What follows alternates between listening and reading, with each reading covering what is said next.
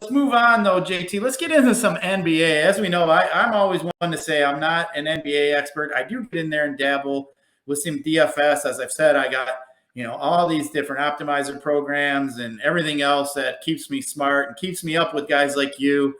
But I do look at NBA and like to get in there and mix it up a little bit, especially now with baseball coming to an end.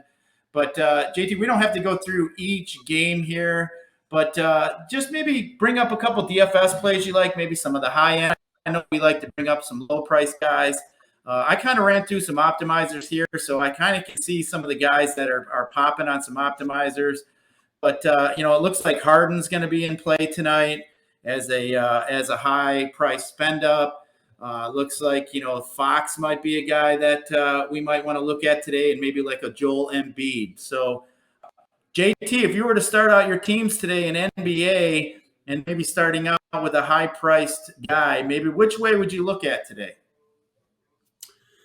Yeah, this is one of those slates that we talk about in the NBA where it's clearly stars and scrubs, right? So you're going to have at least two, probably, if not three, of those 9, 10K players if you're playing on a site like DraftKings, simply because the injuries, theme in the NFL, it's a theme in the NBA, and it's COVID as well as some other injuries. Tobias Harris out for the Philadelphia 76ers due to COVID protocols, as well as Ben Simmons hasn't played this year. So now you're down two big pieces of usage.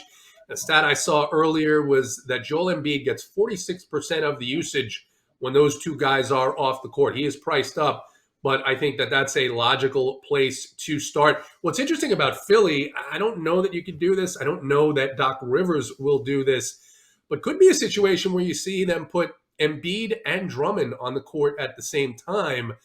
I would like to see that. I'd be interested in seeing that. So it's something I'm going to look at and do a little bit more digging on later on. But then you mentioned James Harden in a good matchup against the Atlanta Hawks. And there's value. There's value everywhere because of injuries and COVID protocols. For San Antonio, Jakob Poeltl is going to be out due to COVID protocols for an extended period of time. That opens up a ton of value with Thad Young and Drew Eubanks. Young, 4.1K on DraftKings. Eubanks, just the zone minimum, 3K. And then the Cleveland Cavaliers have a situation where they're going to be without Lauri Markkanen, Kevin Love, and Isaac Okoro, opening up some good value there. Cedi Osman is in the mid-threes, and some of their other players come into play as well. Evan Mobley, a really good play in that game. They are playing the Portland Trail Blazers, who give up a ton of fantasy points to virtually every position. You go out west to look at some of the later games. One of the highest totals on the slate is the Charlotte Hornets playing at Golden State, and a guy that I think is going to go a little bit under-owned, who's played really well against this team and seems to be more motivated now that this is a year where it's a new season. Looks like they're going to get Klay Thompson back towards the beginning of next year, and they could see themselves shaping up for a playoff run. Draymond Green, just 7.1K on DraftKings. So I think that's the way it's going to go. You're going to have an Embiid or a Harden or both of those guys, or maybe a Dame Lillard at 9.7.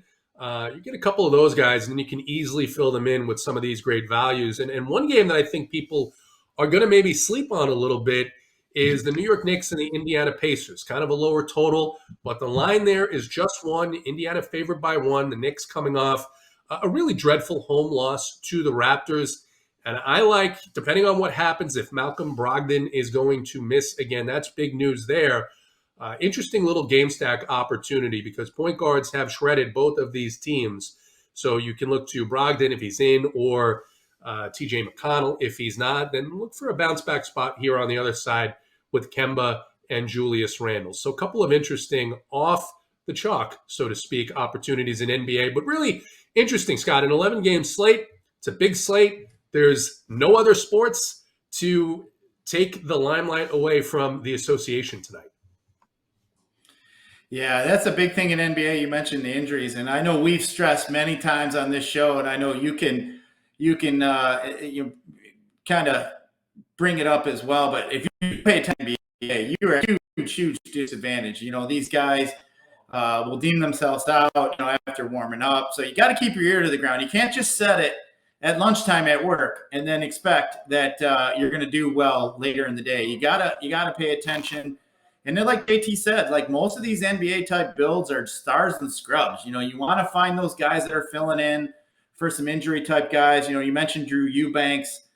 He's popping on a lot of these different optimizers. So yeah, that's definitely going to be a guy that you throw in there. And hey, don't be afraid to play that chalk. Those are guys that are obviously mispriced for a reason. But using those guys definitely help you add those guys like the Hardens, the Joel Embiids, and the Steph Currys, and guys like that. So really big to pay attention to where these minutes are going. I think NBA is a sport that seems to be a little bit more numbers driven, and it seems to fall in line with the usage and the minutes they play. So definitely got to pay attention to them guys that are going to get bumps in minutes.